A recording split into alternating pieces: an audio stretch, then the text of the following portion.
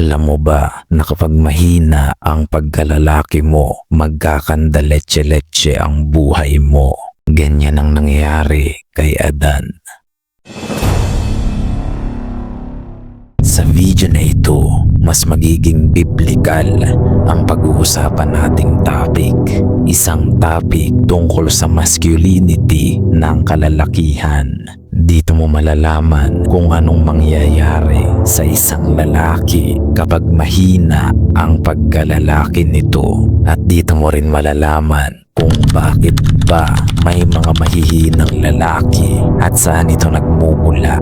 Kaya makinig kang mabuti. Napaka-interesting ng topic na ito dahil dito mo mas mauunawaan ng lubos kung ano ba ang kapalit kapag pinabayaan mong mamatay ang masculinity mo bilang lalaki. Medyo biblikal ang isang ito, kaya kung wala kang hilig at nakokornihan ka pa kapag usapang Biblia na, makakaalis ka na.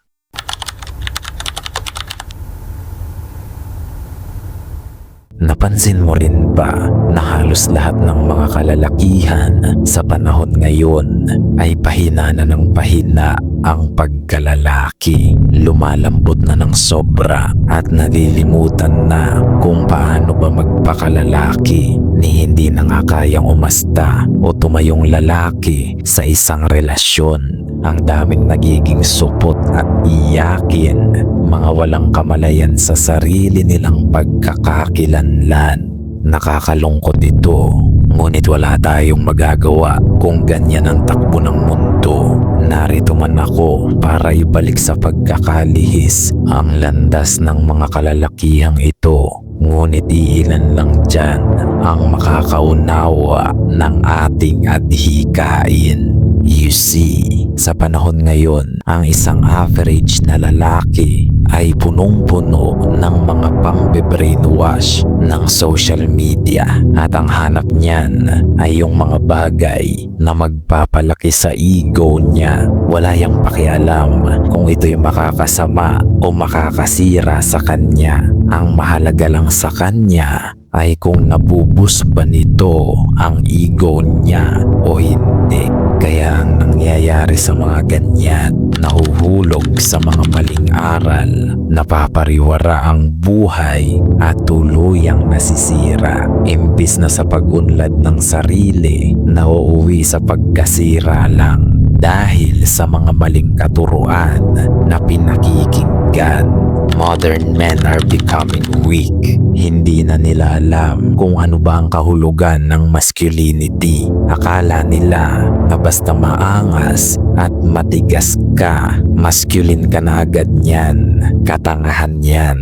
Ang masculinity na puro angas at tigas lang, ngunit walang talino at respeto, ay isang malaking kalokohan lang. Gaya ng mga lalaki dyan na mga feeling maangas, may mga butas ang ilong at tenga, tad-tad ng tattoo ang katawan at hipak ng sigarilyo, tapos palaging nasa inuman, nag-aabang ng babaeng may kakama. Masculine na daw yan. Yan daw ang definition ng masculinity. Tingnan mong katangahan yan sa pag-iisip. Ganyan ang nangyayari kapag gutom ka nga sa knowledge pero basura naman ang kinakain mo. Naunawaan mo ba yan? Let that sink in.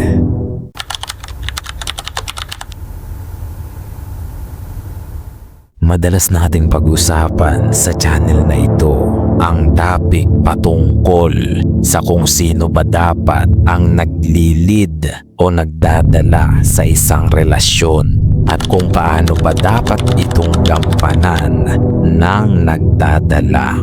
You see, habang ako'y nagbabasa ng banal na kasulatan sa unang aklat nito sa Genesis, may napansin lang ako na pumukaw sa aking isipan. Matagal ko na itong napasadahan, ngunit dito ko lang ngayon mas naunawaan. Genesis 2 verse 16 to 17 says, "And the Lord God commanded the man, saying, You may surely eat of every tree of the garden, but of the tree of the knowledge of good and evil you shall not eat. For in the day that you eat of it, you shall surely die. Pakinggan mo itong mabuti, lalo na kung lalaki ka, dahil dito ibinigay ng Diyos ang utos kay Adan pagkatapos niya itong likhain. At sa mga katulad ko dyan na may maling kamalayan sa bagay na ito, makinig kang mabuti. Wala pa si Eva nang ibigay ng Diyos ang utos na ito kay Adan. Hindi pa nililikha si Eva at maging ang mga hayop at ibon. Ngayon, napagtanto ng Diyos na hindi mabuti sa isang lalaki ang maging mag-isa, kaya nilikha ng Diyos ang mga hayop at ibon muna upang pangalanan ni Adan at tingnan kung alin sa mga ito ang magiging suitable helper para kay Adan. Ngunit ni Isa ay wala, at saka palang nilikha si Eva mula sa tadyang ni Adan. Ngayon, makinig kang mabuti. Dito na nagsimula ang panlilinlang ng demonyo. Sino ba ang una nitong pinuntahan at tinukso? Ang lalaki ba? Hindi, kundi ang babae. Dahil tuso ang demonyo at alam nito na mas madali niyang malilinlang ang babae dahil hindi naman direktang ibinigay ng Diyos ang utos kay Eva. Dinagdagan pa nga ni Eva ang utos ng Diyos kay Adan. Ganito ang sinabi niya, Genesis 3 verse 3, You shall not eat of the fruit of the tree that is in the midst of the garden, neither shall you touch it, lest you die. Ang sabi ni Eva, bawal din daw itong hawakan. Ngunit wala naman yan sa utos ng Diyos kay Adan, hindi ba? Ngunit nang malinlang na nga siya ng demonyo, ito ang ginawa ni Eva.